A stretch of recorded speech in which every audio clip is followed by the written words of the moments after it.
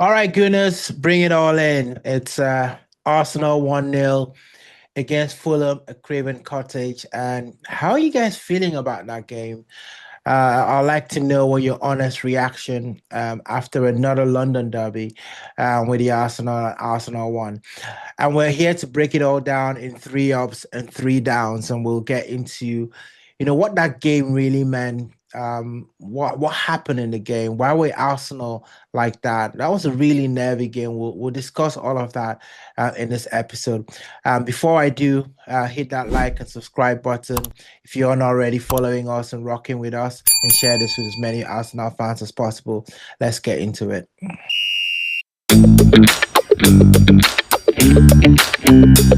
All right, guys. So Arsenal grind out a 1-0 victory away at Fulham.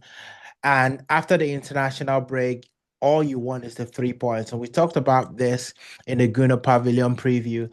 And we said this game is so, so important for Arsenal because it starts a run of games that will be very, very crucial to the title race. It's one of those games where you look back in May and you kind of think to yourself, yeah, we shouldn't have dropped those points against Fulham.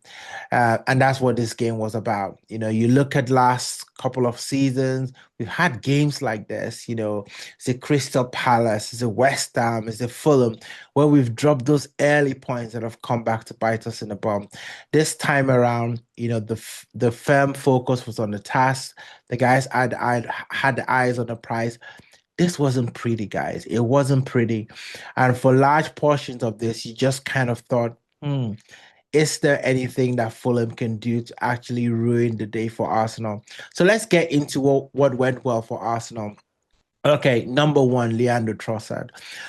He is becoming a superb, reliable player when he comes in front of goal.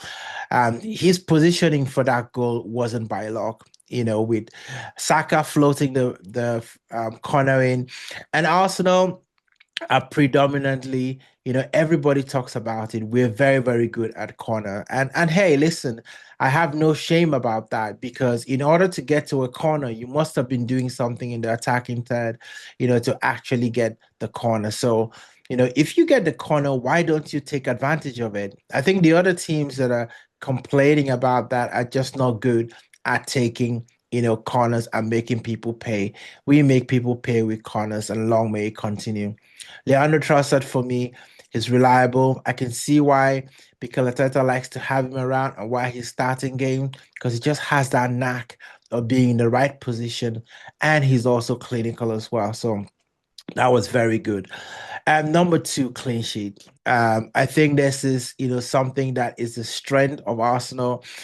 People say Mikel Arteta is a defensive coach. Well, if he's a defensive coach, the aspect of the game that really, really relates to him, he's doing it well, knocking it out of the park. Arsenal didn't look like conceding a goal at all. I mean, there were nervy moments, especially when you see the likes of Adama Traore come onto the play, Emil Smith Rowe come onto the play, and you're thinking, could there be another emotional twist in this? Not today. That back four, or should I say back five, is solid.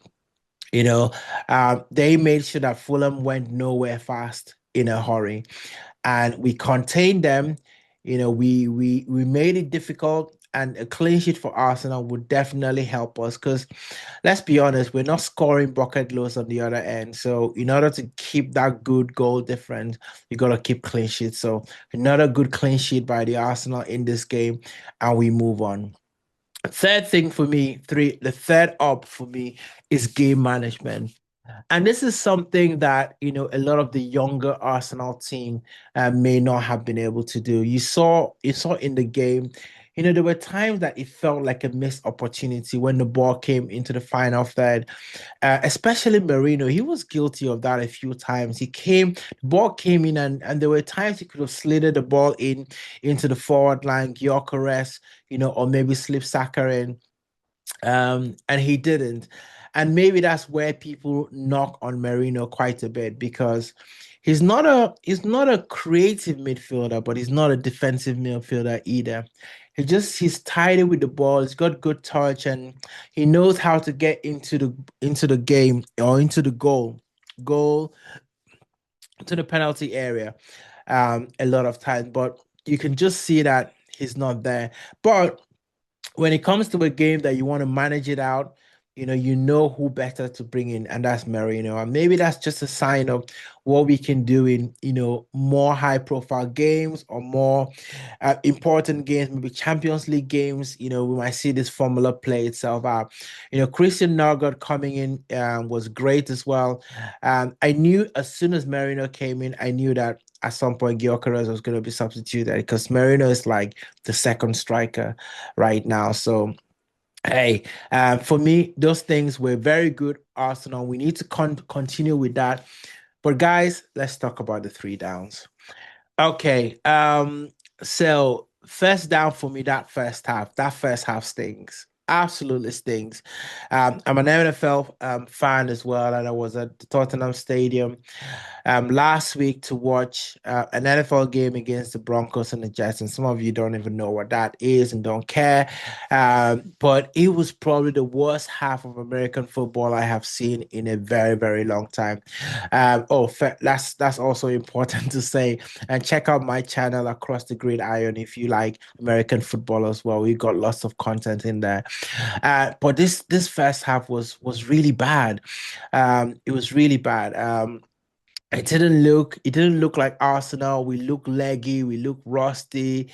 It just looked like we just didn't want this game. It was like as if we just wanted to just get on the bus and get back home. And that's how that first half was. And listen, you might give them a pass because it's after the international break, but you can't have first halves like that because better teams will punish you.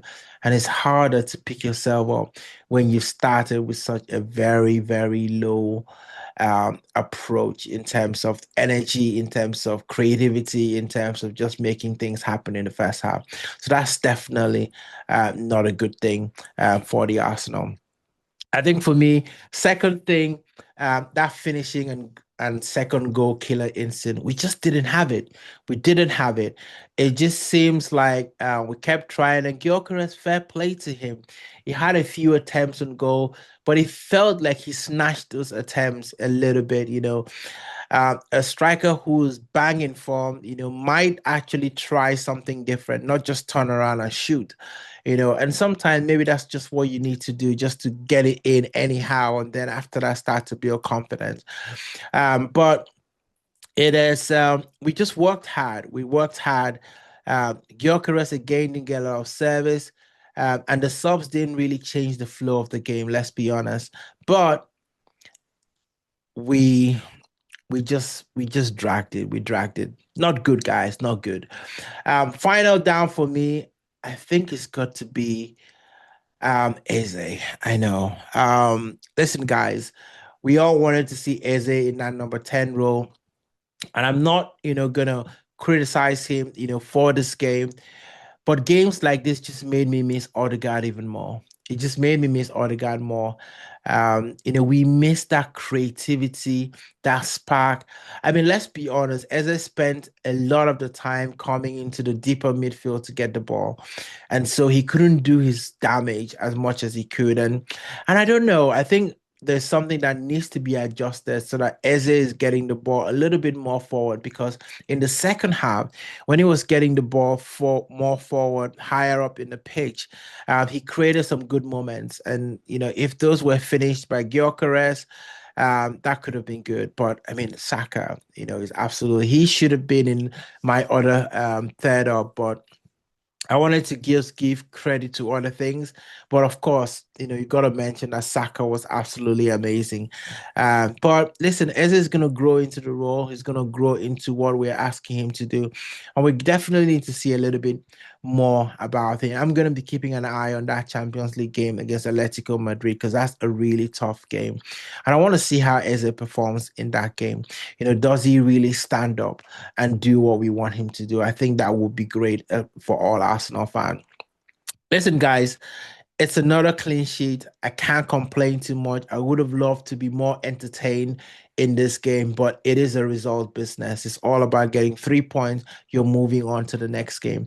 Arsenal did a lot of that, and there were no injuries, which is great. And I think that's probably the first match since the start of the season that we've not had to cut someone off for injury. So I hope that trend continues and be a positive for Arsenal. And guys, listen, if you're not rocking with us, please hit that subscribe button as well. I do appreciate all of you that are watching the channel, and I want to say thank you to all of you. Let's keep growing this. I will be back to preview the Arsenal Champions League game, which I do a different format, so look out for that one. And then we'll do the debrief of that game immediately after that happens. So let's enjoy the win. Let's watch back. Let's see what Liverpool and Man United do. Come on, you Arsenal.